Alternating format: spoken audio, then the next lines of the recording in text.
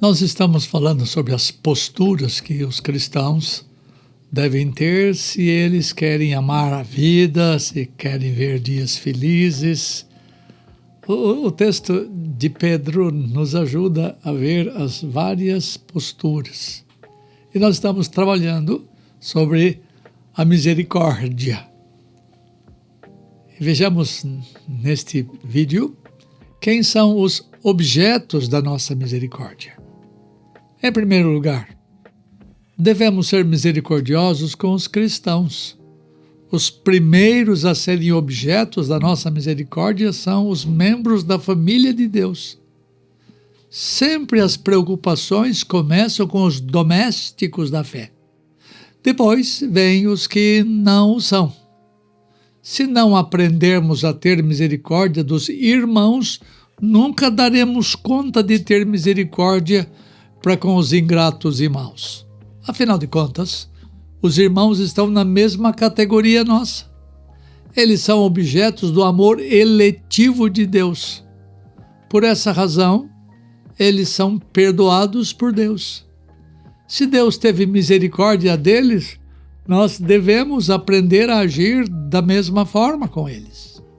Via de regra, somos impacientes com os crentes que pecam e às vezes despejamos o nosso desprazer neles.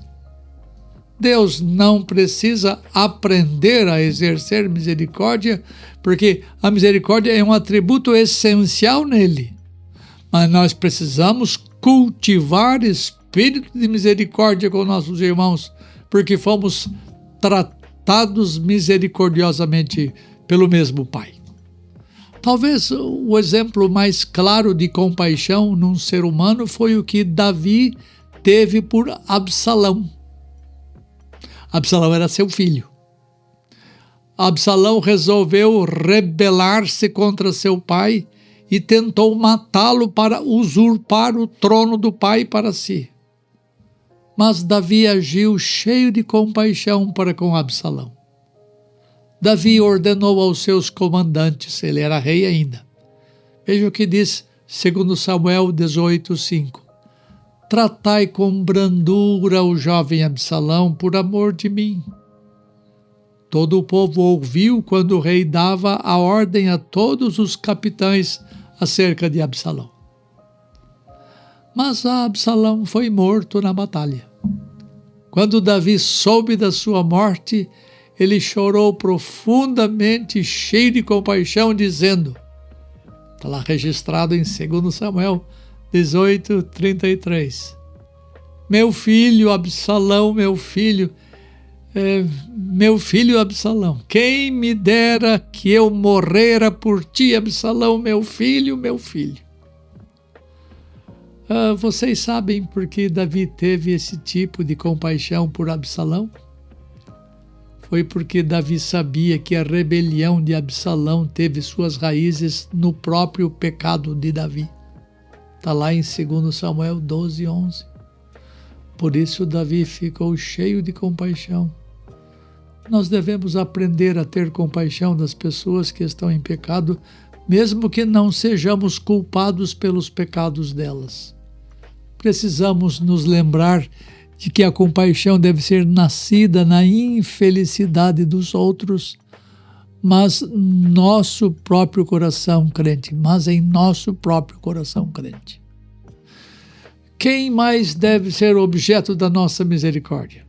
Segunda coisa, devemos ser misericordiosos com aqueles que estão fora da igreja. Jesus era cheio de amabilidade compassiva para com as pessoas que não tinham entendimento espiritual. Ele não as destratava, ao contrário, quando as via, o seu coração se enchia de compaixão por elas. Veja o que Mateus 9:36 diz. Vendo Jesus as multidões, compadeceu-se delas, porque estavam aflitas e exaustas como ovelhas que não têm pastor. Esse sentimento de compaixão ou amabilidade se acendia no coração de Jesus quando ele viajava pelas estradas poeirentas e pobres da Palestina. Jesus não conseguia ficar impassível diante de tanta miséria física e de tantas necessidades espirituais. Essas pessoas andavam perdidas ou desgarradas como ovelhas sem pastor. Nós precisamos aprender a ter compaixão daqueles que não são salvos, que estão perdidos sem saber por onde andam. Por isso ele se dirige aos seus discípulos e lhes diz: a seara é grande e os trabalhadores são poucos. Rogai, pois, ao Senhor da seara que mande trabalhadores para a sua ceifa. Está lá em Mateus 9, 37, 38. Ainda que creiamos que nem todos os perdidos serão salvos, porque a Escritura diz isso, não podemos deixar de ter compaixão por aqueles que estão na miséria espiritual. Veja a opinião de Jesus sobre essa matéria. Está lá registrado em Mateus 5, 43 a 48. Escutem. Ouvistes o que foi dito: amarás o teu próximo e odiarás a teu inimigo. Eu, porém, vos digo: amai os vossos inimigos e orai pelos que vos perseguem, para que vos torneis filhos do vosso Pai Celeste, porque Ele faz nascer o seu sol sobre maus e bons, e vir chuva sobre justos e injustos. Porque se amardes os que vos amam, que recompensa tendes? Não fazem os publicanos também o mesmo? E se saudardes somente os vossos irmãos, que fazeis demais? Não fazem também os gentios o mesmo? Portanto, sede vós perfeitos, como é perfeito o vosso Pai Celeste. Meus ouvintes, se Deus é bom mesmo para com os ingratos e maus, nós também devemos aprender a ser bons com eles. E aprender a exercer a misericórdia com os ingratos e maus. Isto é parte do processo do nosso aperfeiçoamento. Lucas 19, 41, 42 diz: quando ia chegando, vendo a cidade, Jesus chorou e dizia: ah, se conheceras por ti mesma ainda hoje o que é devido à paz. Mas isso está agora oculto aos teus olhos. E Jerusalém era uma cidade cheia de homens ímpios, pecadores sem arrependimento. Todavia Jesus chorou sobre ela porque o seu coração era cheio de ternas misericórdias. Como soberano que é, ele poderia ter salvo Jerusalém dando fé aos seus habitantes, a todos eles, porque ele é o autor e o consumador da fé. Mas isso não nega o fato de que ele chorou diante de tanta miséria espiritual.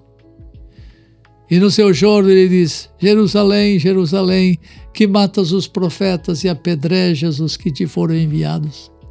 Quantas vezes quis eu reunir teus filhos como a galinha ajunta-os no seu próprio ninho debaixo das asas e vós não o quisestes. Jerusalém preferiu ficar em seus pecados. Jerusalém não quis ser ajuntada por Cristo e se voltar para Ele. Ela matou muitos profetas e apedrejou os enviados de Deus. Mas Jesus se aproximou dela e mostrou o espírito de misericórdia para com os seus conterrâneos ingratos e maus.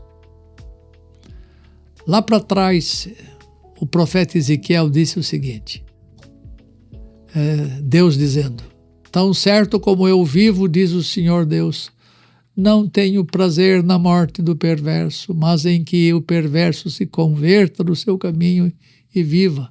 Convertei-vos dos vossos maus caminhos, pois porque haveis de morrer, ó casa de Israel. Se Deus não tem prazer na morte do ímpio, você e eu temos de aprender a ter misericórdia dos que estão aflitos e exaustos.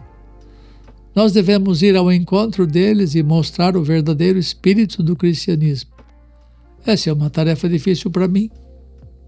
Eu evito, às vezes, passar perto deles para não ter que me inclinar para eles e usar de misericórdia com eles. Isso é mal. Isso não devia fazer parte da nossa vida.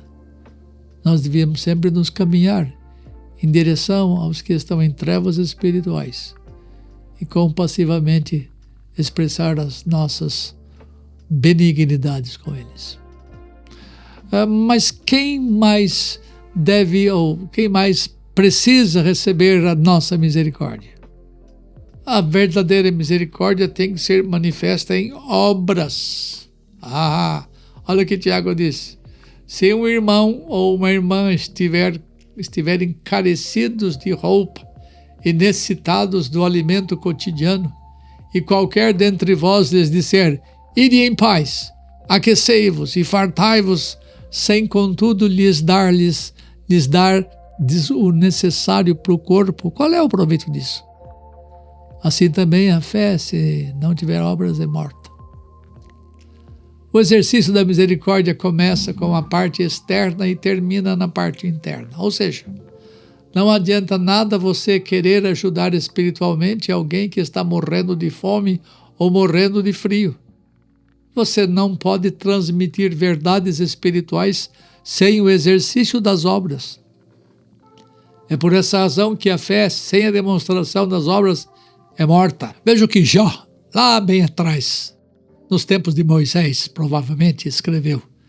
Capítulo 29, versos 11 a 16. Olha o que Jó diz. Ouvindo-me algum ouvido, esse me chamava feliz. Vendo-me algum olho, dava testemunho de mim.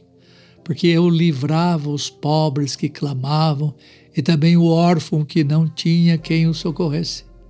A bênção do que estava a perecer vinha sobre mim, e eu fazia rejubilar-se o coração da viúva. Eu me cobria de justiça, e esta me servia de veste. Como um manto e turbante era a minha equidade. Eu me fazia de olhos para o cego e de pés para o coxo. Dos necessitados era pai, e até as causas desconhecidas eu examinava. Se você possuir uma real compaixão, você se moverá em direção ao necessitado. A verdadeira compaixão nos move à ação, não apenas lamenta a situação.